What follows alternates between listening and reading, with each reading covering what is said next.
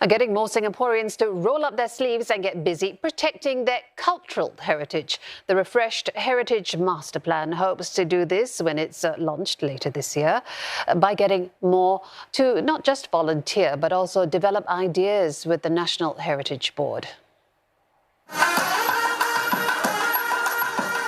For many Singaporeans, it's no longer enough to stand by the sidelines when appreciating their multicultural heritage. The latest Heritage Awareness Survey shows nearly 3/4 of respondents take an active interest in understanding the cultural practices of other ethnic groups. It's a jump of 13 percentage points compared to 2018.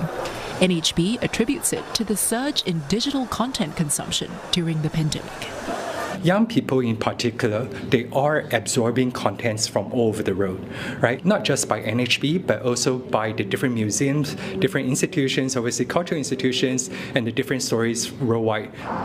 But rather than those with tangible value, like the Civilian War Memorial or former City Hall, supporting practitioners of intangible cultural heritage saw the biggest improvement, with 4 in 5 respondents expressing support. In fact, an overwhelming majority feel it's important for all Singaporeans to know their history and heritage. This includes their own cultural practices.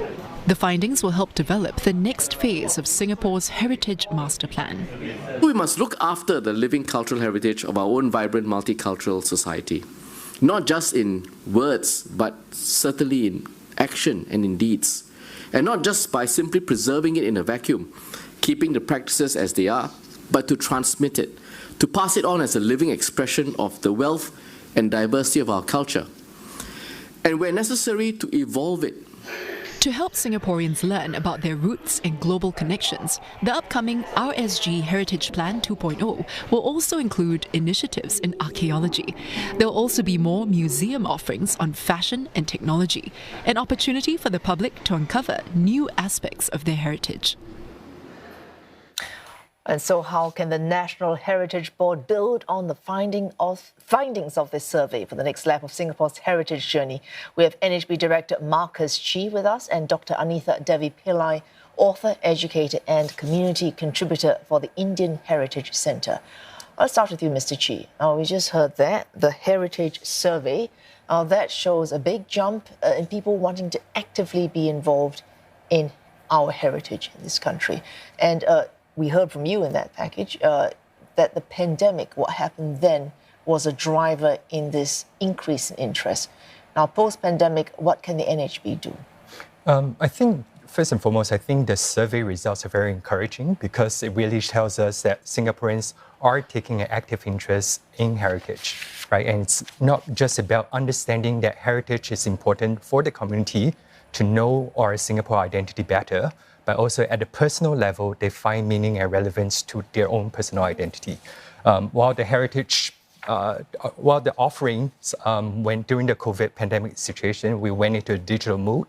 As we progress out of the pandemic, we are moving back into the more physical realm, but not forgetting the digital offerings that we already have. So some of the initiatives that we have really have the digital twins or have the phygital elements where you have the physical enhanced by your digital offerings. So these are some of the initiatives that we've put in. That's interesting. Perhaps I can bring you in, Dr. Pillai, because some of the initiatives also include ethnic subgroups, if I'm not mistaken. And later this year, there's a special exhibition on Malayalees in Singapore. Now, you contribute actively to the Indian Heritage Centre. In fact, you've brought along a couple of artifacts and objects with you. Tell us about your role and how you're contributing to it. So in the upcoming exhibition that's going to be launched in November, I'll be the guest curator and I'll be drawing on my research and my findings that I've been doing for the last 10 years or so, more than a decade or so, to inform the exhibition as well as bring in community leaders and members of the community to contribute and be part of the exhibition. Is that hard? Indeed. Indeed, it is. But, you know, the wonderful thing is everyone wants to contribute. Everyone wants to be and wants to be part of this journey. And everyone's excited. When you say everyone, who's the everyone? The community. So we've reached out to the community. We've had several conversations with them. We've had conversations with our community leaders and members of the community, and we've told them about the upcoming exhibition. And in fact, they are putting together programs. They are putting together, for the whole year. I mean, it's going to be a couple of months, almost a year. They're putting together programs, and they are looking up things and artifacts. And I went digging for, an artifact in my own father's storeroom. And so, everyone's looking for what have we missed and what have we kept, if we have kept things, and pulling out this information and collating it so that we can draw on it when we put the exhibition together. So, Mr. Chi, you say now we're returning to the physical realm, nothing quite as physical as that object that we can see there. Museums have moved on a great deal since I was a child and went to them. How do you even rate? I mean, how does anyone develop exhibitions right now to make sure that they really do it? We keep on engage. How do you even measure engagement or decide this could be better done physically or digitally? Well, I think by and large, people still appreciate the physical experience because it's quite different consuming digital contents as much as AR, VR can do. It's quite different when you visit the actual places, right? So what Dr. Anitha has brought, these are the kind of objects that we would like to encourage more community and individuals to put forth their objects, their stories, to co-create this whole heritage journey.